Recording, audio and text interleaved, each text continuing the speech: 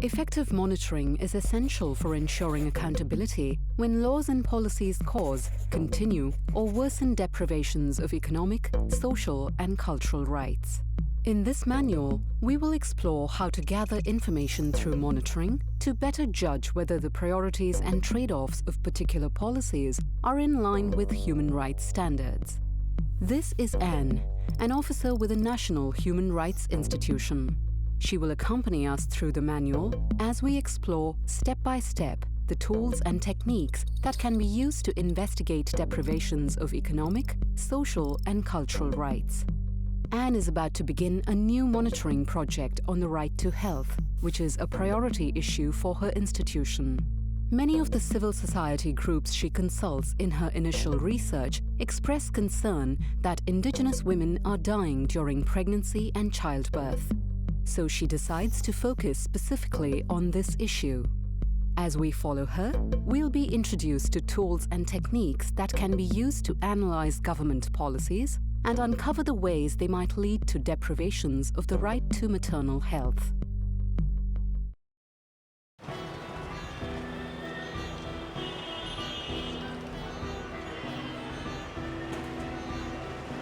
Poverty is a negation of most human rights, and I think it is the most extreme violation and therefore should be, in fact, at the top of the agenda. Human rights proponents have for a long time done what everyone else does, and that is exclude poverty from their frame of reference. It's just a fact of life, it's unfortunate, but there's not much we can do about it. Now we're starting to see more recognition that if you really live in extreme poverty, you don't enjoy almost any human rights. And it certainly doesn't make much sense to be talking about sophisticated rights like the right to vote or the right to participate, right to freedom of association, freedom of assembly and so on, if you are living in circumstances which require you to scramble all day long just to subsist. The poverty in our, at least in our region, in our country, is a cause for conflict, unfortunately. And it's clear in most of the conflict that they are usually fighting for resources, and that's why the conflict began. So we believe that if we try to reduce the poverty through different ways and means, including women's access to contraception and reproductive health, it will help for bringing peace and peace building in the country. Unless and until the government fulfills the economic, social and cultural rights of the people in the underdeveloped country, the voices of the people becomes in civil and political rights. It becomes the result of for the civil and political rights. They agitate against the government.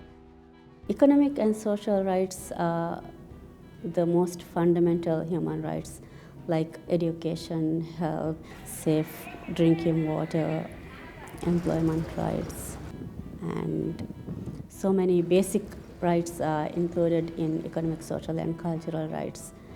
That's why we feel that it's very important to monitor these rights. So monitoring is a systematic way of saying, okay, you committed yourself in respect to the right to health care in the following ways.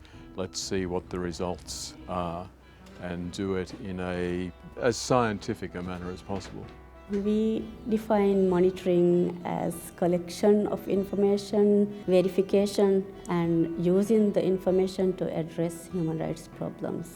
Monitoring can collect a real picture of the society. What type of social justice people can enjoy in the society? What type of human rights violations are in the country? And who is the responsible to resolve such type of problems in the country? Monitoring can collect the facts, and it can knock the door of the government, and they should be responsible, they should be accountable to fulfill the rights of the marginalized and other peoples. Well, the Commission's report on the Christchurch earthquake recovery was really highlighted to us that we didn't firstly understand what the human rights issues arising in a natural disaster were, and secondly, once we understood what they were, and that they were mainly economic, social and cultural rights. We didn't really know how to measure them. And it gave us a way to say in that advocacy, look, here's a framework.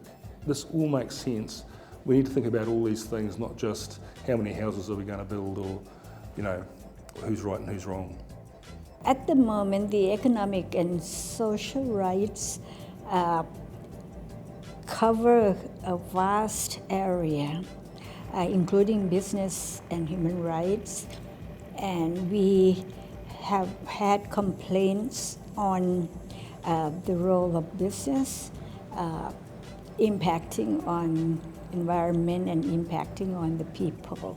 We also have problems with complaints on migrant workers, as well as complaints on community rights. Poverty is a major problem. It is not that we don't have food. India has got surplus food, both wheat and rice. We have got surplus, we are exporting wheat. But the problem is interdistribution, interstate distribution is not very effective. Storing of food is not very effective. So we are not able to timely distribute these articles. So sort of this monitoring help them to achieve a better result. One of the issues that we are looking closely at it, that these rights should be respected for everybody. And when they make the policy, the budget and everything, it should be really gender sensitized, because we cannot really bring development in a country and prosperity in a country with one gender and one sex. The existence of extreme poverty, at least, really does violate rights, and that needs to be accepted and established. Once that's done, then obviously it's a question of coming up with programs and approaches which will resolve that.